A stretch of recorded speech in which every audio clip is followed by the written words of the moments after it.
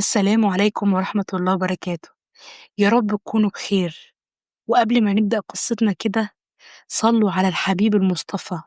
اللهم صل وسلم وبارك على سيدنا محمد.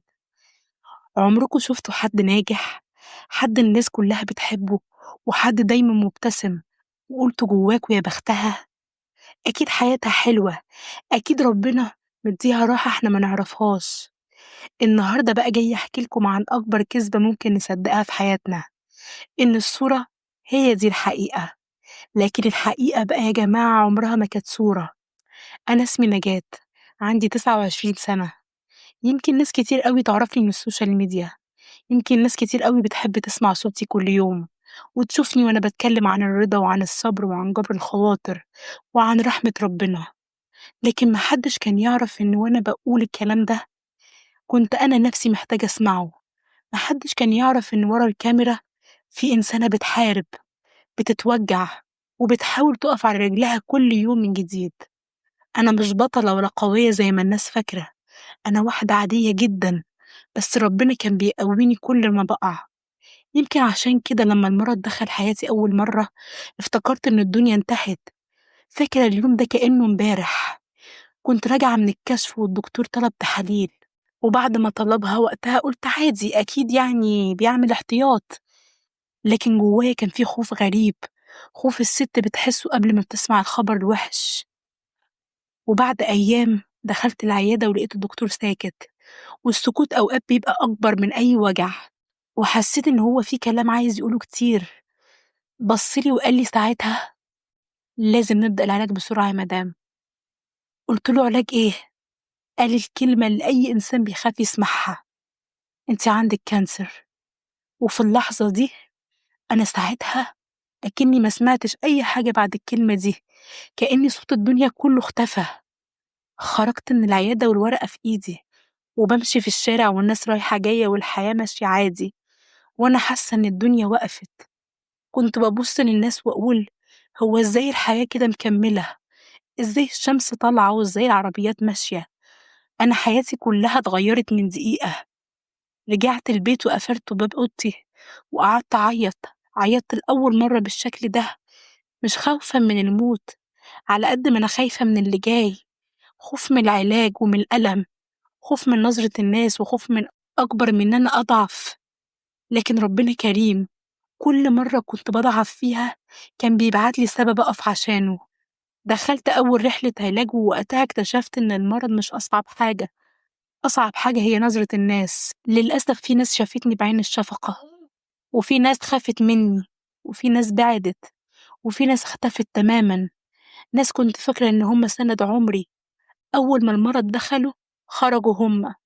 وقتها عرفت إن الابتلاء بيكتشف وبيكشف الوجوه، لكن في المقابل ربنا بيبعت لي ناس عمرهم ما كانوا قريبين.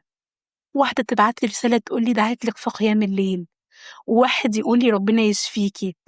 وكلمة صغيرة منهم كانت بتساوي عندي الدنيا كلها. وبعد شهور طويلة قوي في الصراع اللي كنت فيه مع المرض خلصت العلاج وفرحت وقلت خلاص المعركة انتهت. لكن بعدها بفترة رجع المرض تاني. أيوة، رجع كأن الحياة بتقولي لسه. فاكرة يومها إني قعدت أبص للسقف وقلت يا رب، يا رب أنا تاني تاني. لكن بعدها بلحظات افتكرت حاجة، افتكرت أول مرة كنت خايفة أكتر وعديت، يبقى المرة دي إن شاء الله هتعدي. وبالفعل عدت، ورجعت وعدت ورجعت وعدت، لحد ما وصل العدد ل6 مرات كاملة. 6 مرات كنت بدخل حرب جديدة، و6 مرات كنت بطلع منها إنسانة مختلفة وبتعلم أكتر من ابتلائي، وأهدى وأقرب لربنا وأوعى. وفي وسط كل ده كنت بطلع للناس وأتكلم وأحكي وأواسي، لأن الغريب إن أكتر ناس بتواسي غيرها بيبقوا أكتر ناس محتاجين مواساة. وفي يوم بعد جلسة علاج طويلة قوي خرجت وأنا مرهقة وشحبة ومكسورة، وقعدت أرتاح شوية، وفجأة سمعت صوت بيقول إيه ده؟ وحضرتك نجاة؟ رفعت راسي لقيت شاب بيبصلي باستغراب شديد وبيقول لي هو حضرتك نجاة صاحبة حكايات نجاة مش كده؟ قُلت له: "أيوه." قال لي: "لا مستحيل." قُلت له: "ليه يعني؟" قال لي: "أنتِ مش شبه النجاة اللي بنشوفها." ابتسمت وقُلت له: "وأنا المفروض أبقى عاملة إزاي؟" قال لي: "أنا كنت فاكر حياتِك مثالية، كنت فاكر اللي بيتكلم عن الرضا ده عمره ما يتوجع، كنت فاكر إنِّك قوية طول الوقت." وقتها ضحكت، والله ضحكت وقُلت له: "لا، لأ، أنا ضعيفة أوي، بس ربنا قوي." سكت وبعدين سألني السؤال اللي هيفضل محفور في قلبي طول العمر: "هو أنتِ جبتِ القوة دي منين؟"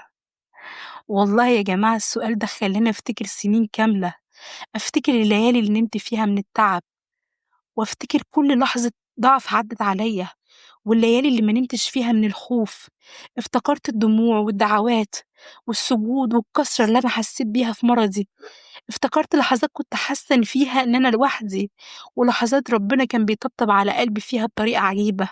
فبصيت له وقُلت له: "أنا ما جبتش القوة دي ولا حاجة، أنا بس كل مرة كنت باقول يا رب، وربنا كان بيقويني. كل مرة كنت باقع بيمد لي إيده، كل مرة كنت باضعف كان بيطمني." وقتها الشاب ده عينه دمعت وقال لي: "ده أنا كنت باحسدِك، باقول إن ما فيش حد عايش الحياة دي كلها ومش سعيد." قُلت له: "ما تحسدش حد، لإنك ما تعرفش هو شايل إيه. يمكن الشخص اللي نِفْسك تبقى زيه ده قضّى الليل كله بيعيط، يمكن اللي بيضحك قدّامك ده راجع من وجع ما حدش يعرفه، ويمكن اللي شايفه أوي ده كان منهار من ساعة بس." ومن ساعتها فهمت حاجة مهمة جدًا، إن للأسف الناس بتحكم عليك من اللقطة، وربنا وحده اللي يعلم الحكاية كلها. هو وحده اللي بيشوف دموعك وبيشوف خوفك وبيشوف صبرك وبيشوف محاولاتك اللي ما حدش شايفها.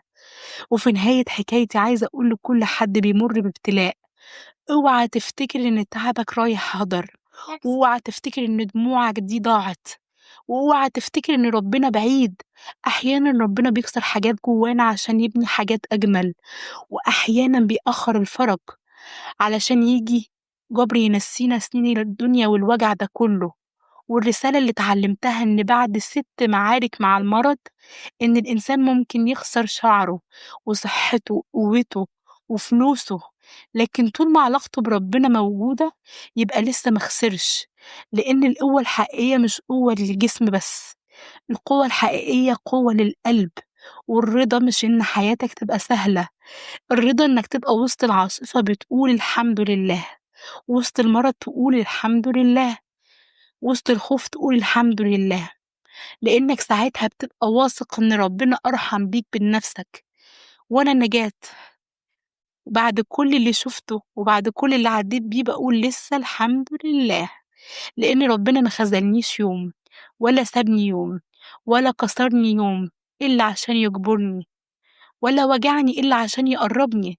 فلو أنت تعبان اصبر، لو مكسور اصبر، ولو حاسس إن الدنيا ضاقت بيك برضه اصبر. يمكن الفرج أقرب ليك مما تتخيل، يمكن ربنا بيجهّز لك جبر يخلّيك تنسى كل اللي فاتك.